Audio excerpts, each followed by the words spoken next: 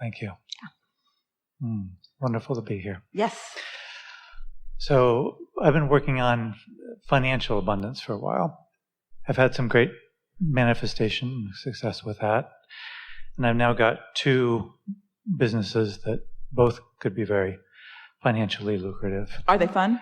One more than another, and that's what I'm trying to figure out. More will come from the fun one. Yeah, that's what I'm feeling.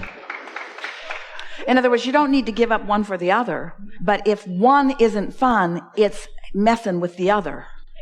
Yeah. The one that's more fun is one that pretty much came to me and others are involved, and it kind of hits all the buttons of things that I'm interested in and excited about. And the other one is something that I've tried a few times and have had challenges with. So you've got resistance in it, which is keeping it from being fun. Yeah. So make it fun or let it go. It's good advice. Yeah. Have fun with it or let it go. Have fun with him or let him go. Mm-hmm. Have fun with her or let her go. Have fun with it or let it go. Yeah. Meaning person, place, thing, idea, whatever it is. Have fun with it or let it go.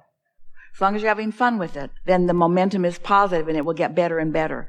If you're not having a good time with it, then it's evoking effort from you, and then the effort just makes you tired and keeps you from having fun. Yeah.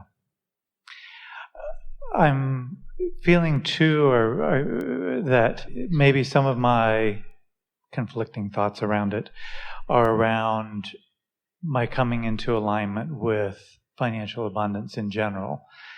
And that, but yeah, that's part of it. I keep questioning, is that the right vehicle?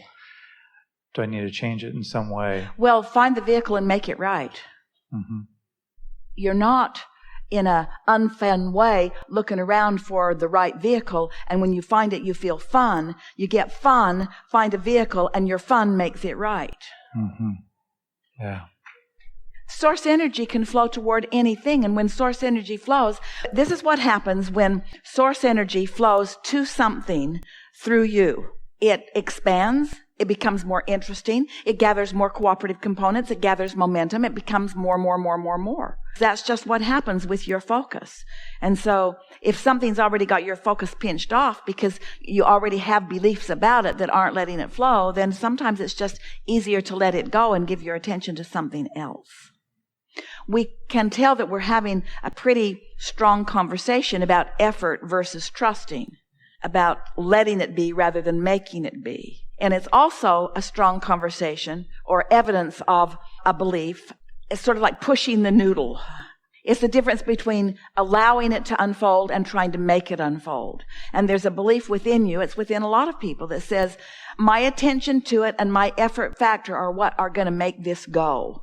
And we say, it's actually the other way around. It's your absence of resistance that's going to let something that you want go. It's not your attention to it and your hard work and effort that makes it go.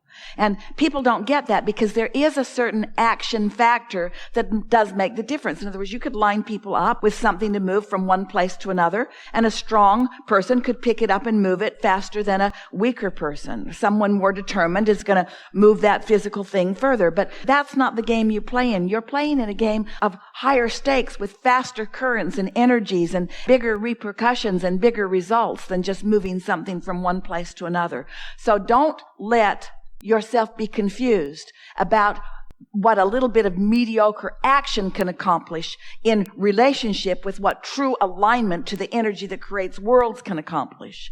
And sometimes people sacrifice their alignment and all of that power for just using their brute strength or willingness to dig in with their minds to accomplish something. Did you hear that? And you know how you can tell the difference? By how it feels. If it feels hard, it isn't working. If it feels hard, you're working. It isn't working. Allowing the universe to provide is really what you're wanting to have at the basis of all of this. You're thinking things into being. You're not doing things into being. You're finding a vibration that then allows a thought. And when you receive the thought, which inspires an action, that's a whole other thing than making something happen by realizing that you've got to dig in and make it happen. Can you feel the difference? And you've been sort of presenting those choices to us in the conversation all along here just now. Yeah. It would be like saying, I've lived enough life to know what I want relative to, let's say, a relationship. Just stay with us for a moment. And I don't currently have that dominant, significant relationship that I want. But I've lived enough life and I've put it into the vortex. So now I'm going to trust the universe to yield it to me through my path of least resistance. And then you get an idea. I'm going to do online dating. Well, you want to ask yourself, where did that idea come from? Did it come from here or did it come from here? Is it effort? Is it logic and statistics, or was it truly an inspired thought? Or I'm wanting to create a magnificent business enterprise, and I put all of my desires and interests into my vortex, and then I get an idea. Well, did the idea come from alignment, or is it an action-oriented idea that I've tried before? You have to play with this a little bit before you know the difference. Just have to play with it for a while. And soon you'll be able to tell the difference about where the impulse is coming from the receiving mode of my connection with Source, or from the receiving mode of me just being tired of not having what I want. You're always in some receiving mode because your tuner is always on. You just want to be aware of what you've got it tuned to. And you can tell that in a pretty accurate way by just assessing what's my general mood been today.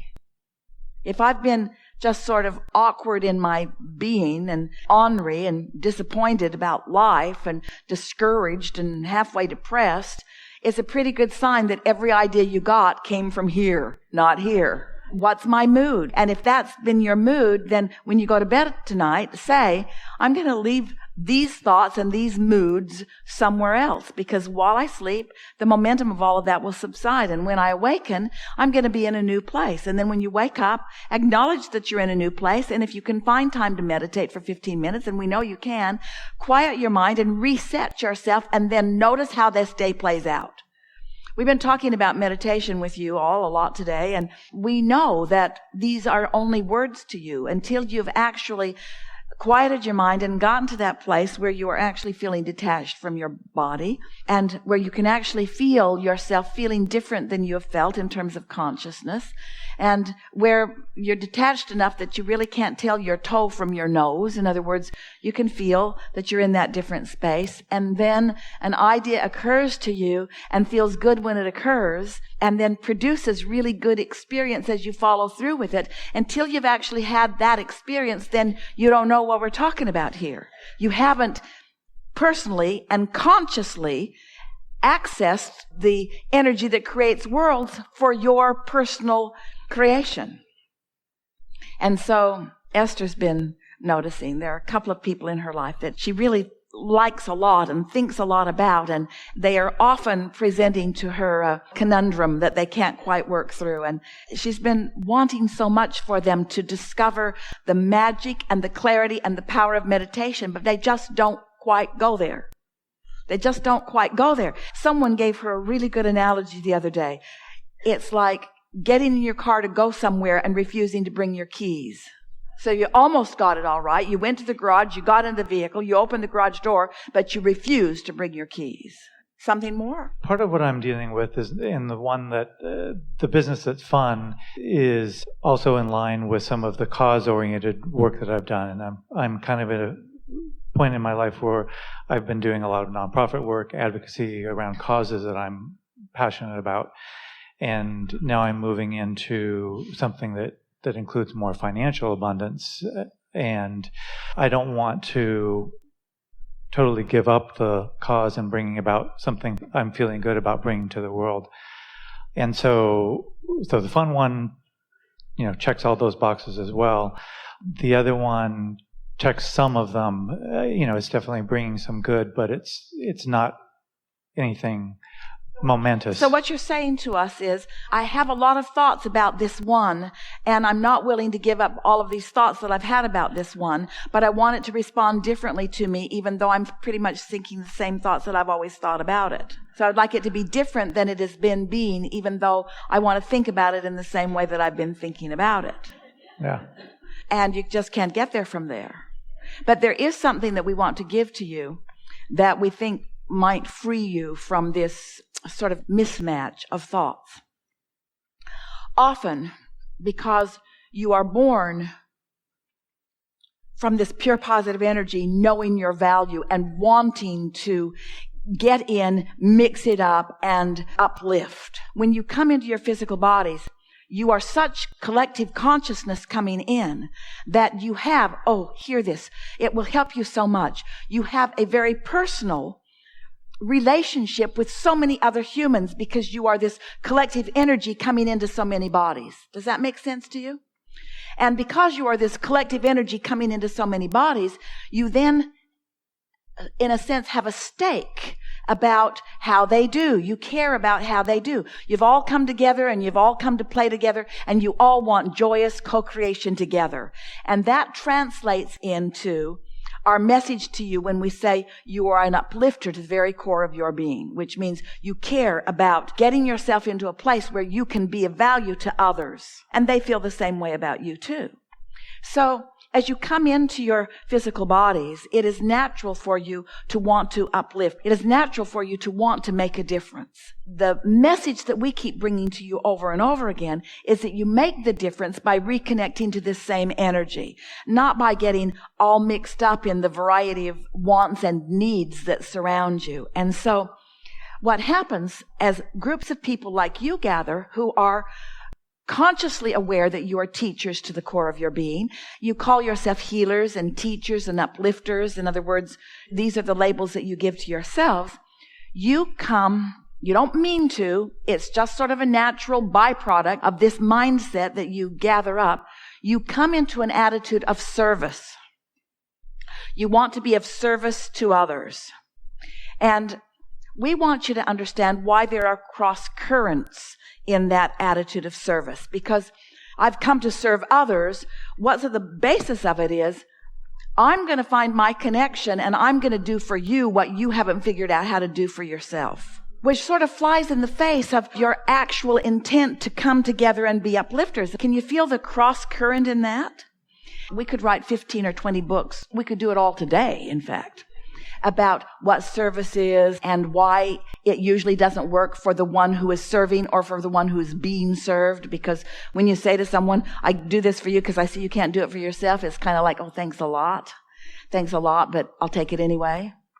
You know how we were just talking about how the birds will come as non-physical messengers. And often after someone that you love makes their departure or reemerges into non-physical and you feel that they are gone to you.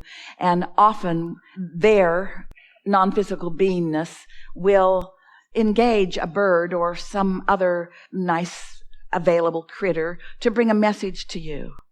And when you see that bird or that whatever it is just come and look right at you, you for a moment know that that was a message that came from your dearly departed. Sometimes you know that. It happens all the time. And what we would like you to realize is that when you consistently hang around in step 3, 4, 3, 4, 3, 4, 3, 4, 3, 4, where you're in the allowing mode, where you are appreciating and meditating and feeling good and feeling satisfaction and mostly tuned in, tapped in, turned on and feeling good and feeling joyful and having fun. And then you are like these beasts that roam your planet and the airways of your planet, where when someone else is asking, very often you can be the step 2 in their equation. They're asking, Source is answering, and you are the helpful person right there helping with the answer. So it's that inspired being in the right place at the right time and receiving this thing to say to this person right then.